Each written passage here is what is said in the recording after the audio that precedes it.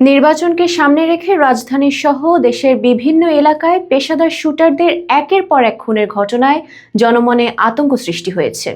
শীর্ষ সন্ত্রাসীদের ছত্রছায়ায় এসব খুন হচ্ছে বলে জানিয়েছে আইন শৃঙ্খলা রক্ষা বাহিনী।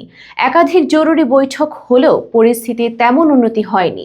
সর্বশেষ রাজধানীর তেজতুরী বাজার এলাকায় ঢাকা মহানগর উত্তর স্বেচ্ছাসেবক দলের সাবেক সাধারণ সম্পাদক আজিজুর রহমান মোসাব্বিরকে গুলি করে হত্যা করা হয়। এ ঘটনায় গ্রেপ্তার ৩ জন সংঘবদ্ধ কিলার গ্রুপের সদস্য বলে জানিয়েছে গোয়েন্দা পুলিশ। পুলিশ জানায়, গত ডিসেম্বর থেকে রাজধানী সহ সারা দেশে অন্তত ৯টি গুলির ঘটনায় একই অপরাধ চক্রের যোগসূত্র মিলেছে। এর আগে ঢাকার পুরানো পল্টনে ইনকিলাব মঞ্চের মুখপাত্র শরীফ ওসমান হাদি এবং আদালত এলাকায় শীর্ষ সন্ত্রাসী তারিক সাইফ মামুন হত্যাকাণ্ড অপরাধ জগতের আধিপত্যের দ্বন্দ্ব থেকেই গড়ে উঠেছে। ঢাকা মহানগর গোয়েন্দা পুলিশের প্রধান মোহাম্মদ শফিকুল ইসলাম বলেন, শীর্ষ সন্ত্রাসীদের মধ্যে দ্বন্দ্বের কারণেই এসব হত্যাকাণ্ড ঘটছে।